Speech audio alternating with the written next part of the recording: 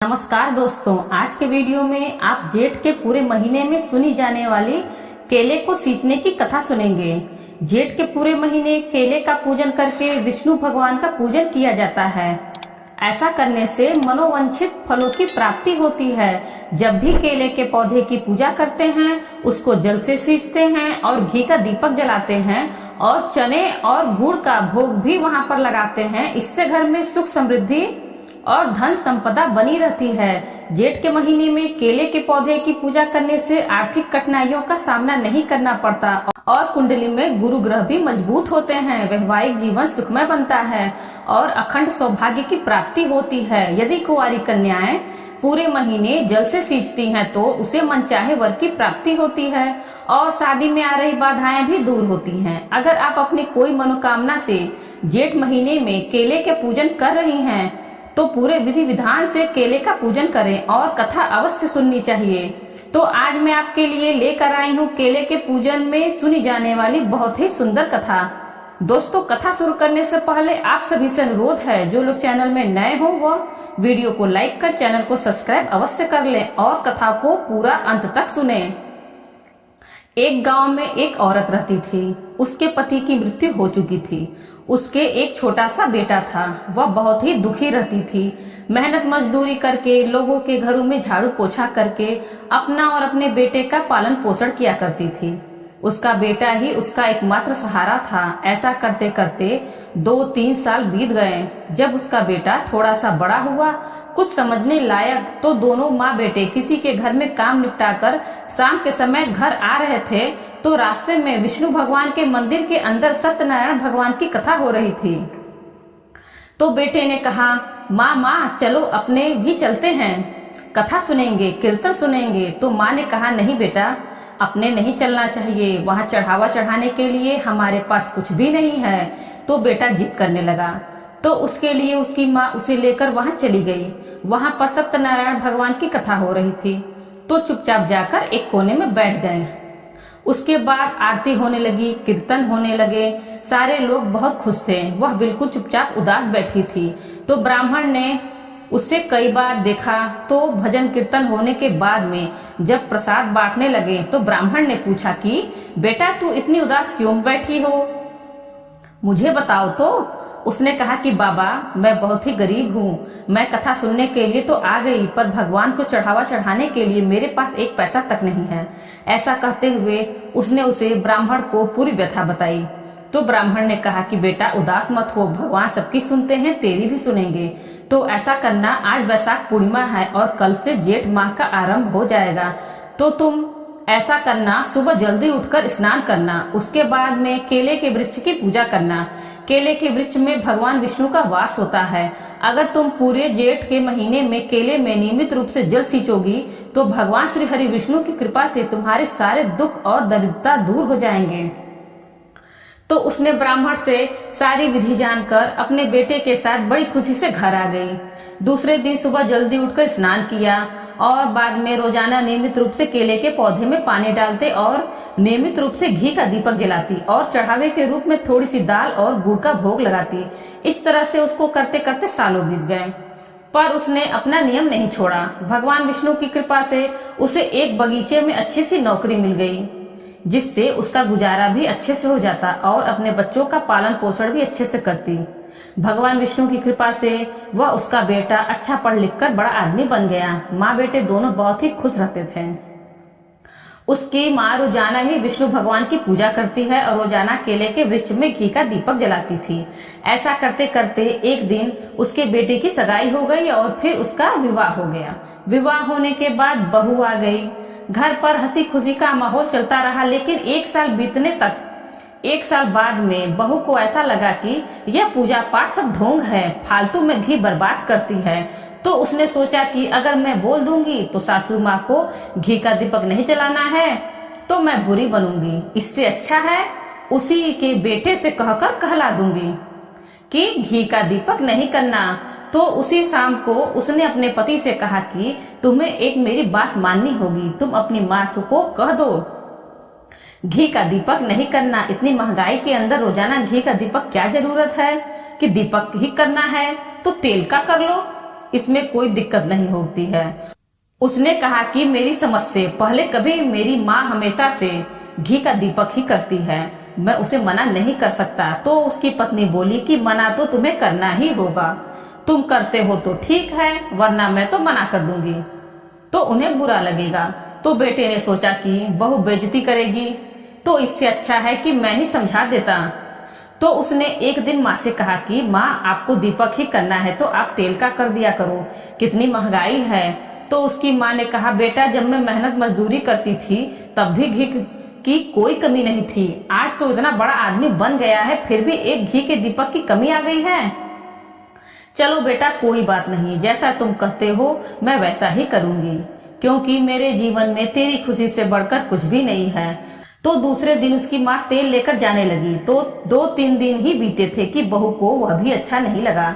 तो उसने तेल और घी के डिब्बे उठाकर अलमारी में रख दिया और आगे से ताला लगा दिया। दूसरे दिन सास ने पूछा कि बेटा तेल कहाँ है, मुझे दीपक करके आना है, आकर भोजन भी करना है। तो बहू बोली कि यह सब फालतू की ढोंग होती है माँ जी, ऐसा आपको कुछ नहीं करना, चुपचाप से भोजन कर लो। उसने कहा, बेटा ठीक है, भोजन मेरे कमरे में भिजवा देना, मैं कर लूंगी। तो वह रोजाना रूखी सूखी रोटी कमरे में दे जाती और वह तो उस रोटी को खाती नहीं थी। जब रात को बेटे बहू सो जाते तो रोटी उठाकर गाय को दे दिया करती। ऐसा करते करते 2-3 दिन बीत गए। जब एक दिन बेटा बहू सो गए तो बुढ़िया ने अपना भोजन उठाया और जैसे ही बाहर जाने लगी गाय को खिलाने के लिए, तो बेटे बहू की आवाज सुनाई दे रही थी कि बहू कह रही थी कि आप कहते थे ना मेरी माँ का नियम है, वह बिना विष्णु भगवान को घी का दीपक किए भोजन नहीं करती हैं। अब देखो आज 3-4 दिन हो गए, रोजाना अच्छे से भोजन करती हैं। यह सब फालतू के ढोंग है, मैं तुम्हारी माँ को अच्छी तरह से जानती हूँ। तो उसके बेटे ने कहा कि मेरी माँ के बारे में ऐसा वैसा कुछ मत कहो, मेरी माँ का नियम था, तूने तुड़वा दिया, अच्छी बात है, मैं इस बारे में कोई भी बात नहीं करना चाहता। तो यह सब बात जब बुढ़िया ने सुनी तो उसने चुपचाप गाय को रोटी डाली और वापस आकर सो गई और रोने लगी। रोते रोते उसे नींद आ गई। तो नींद में उसे भगवान विष्णु दिखाई दिए और बोले, बुढ़िया सो रही है या जाग रही है? उसने कहा, महाराज ना सोई हूँ ना जाग रही हूँ, कहो क्या आज्ञा है? तो वह बोले, 3-4 दिन हो गए हैं तुम मेरी पूजा करने के लिए नहीं आती हो। बुढ़िया ने कहा कि कैसे आऊं भगवान, मेरे पास दीपक जलाने के लिए घी तेल कुछ भी नहीं है। तो विष्णु भगवान ने कहा, निराश होने की जरूरत नहीं है, तुम केले के पेड़ के नीचे कल आना, तुम्हें सब कुछ मिल जाएगा। तो वैसा कहकर भगवान अंतर ध्यान हो गए। बुढ़िया की जैसे ही आंख खुली तो उसने चारों तरफ देखा तो कोई दिखाई नहीं दिया। सुबह उठकर बुढ़िया ने वैसा ही किया जैसे उसको सपना आया था। जल्दी से स्नान किया और केले के पेड़ के पास जाकर बैठ गई। तो वहां जाकर देखा कि वहां पर तो पहले से एक दीपक पड़ा है, उसके अंदर घी है और बाती है बिना जलाई हुई। उसने सोचा कि किसी और का हो सकता है। तब बुढ़िया इधर उधर देखने लगी, क्या पता किसी और का हो। तभी उसे पेड़ के अंदर से आवाज आई कि हे बुढ़िया माई, सब तुम्हारे लिए है, तुम दीपक जलाओ, भोग लगाओ और कथा कहो, फिर घर जाकर भोजन कर लेना। तो यह देखकर बुढ़िया बहुत ही खुश हुई और बड़े ही प्रसन्नचित्त मन से केले के वृक्ष की पूजा की और फिर कथा कही और फिर घर आ गई और घर आकर बड़े प्रसन्नचित्त मन से भोजन किया। बुढ़िया का रोजाना का नियम बन गया, रोजाना सुबह उठकर स्नान करती और सीधे केले के पौधे के पास पहुंच जाती। वहां सब तैयार मिलता, कथा कहती, पूजा करती, दीपक जलाती और फिर घर आ जाती। एक दिन की बात है, उसके बहू के भाई और भाभी आए हुए थे। तो बहू ने सोचा कि आज हलवा बनाऊं। तो उसने घी निकालने के लिए जैसे ही अलमारी का ताला खोला तो उसके अंदर घी के डब्बे को खोलकर देखा तो डिब्बा तो आधा था। तो उसने जल्दी से अपने पति को बुलाया और बोला कि यह देखो तुम्हारी माँ ने घी चुरा लिया है। तो उसका बेटा बोला कि ऐसा मत बोलो, मेरी माँ चोर नहीं है, तुमने ताला लगाया था, फिर मेरी माँ ने घी कैसे चुराया? वह बोली, मुझे नहीं पता, चोरी तो तुम्हारी माँ ने ही की है। चलो अब एक बार मेरे भैया भाभी को खाना खिला देती हूँ, वह चले जाएंगे, कल से देखना इस अलमारी की और तुम्हारी माँ की दोनों की निगरानी करनी है। तो दूसरे दिन दोनों बैठ गए। तो उसकी माँ तो अलमारी की तरफ आई नहीं, उसने तो सीधा स्नान किया और बाहर चली गई। तो दोनों ही पीछे पीछे चले गए। बुढ़िया सीधे केले के पौधे के पास गई तो वहां पर उन्होंने देखा कि दीपक पहले से पड़ा है, अंदर बाती लगी हुई है। तो बुढ़िया ने सीधे दीपक जलाया और पूजा करने लगी। पूजा करने के बाद वह बुढ़िया पौधे से लिपटकर बुरी तरह से रोने लगी और कहने लगी, हे भगवान, ऐसी पूजा और ऐसे घी का क्या करूं? मेरे बेटा बहू मुझसे बोलते तक नहीं है। जिस बेटे को इतनी कठिनाइयों से मैंने पाला है वह आज मुझसे नहीं बोलता है। बहू कहती है कि तू चोर है। अब भगवान आप ही बताओ मैं कहाँ जाऊं?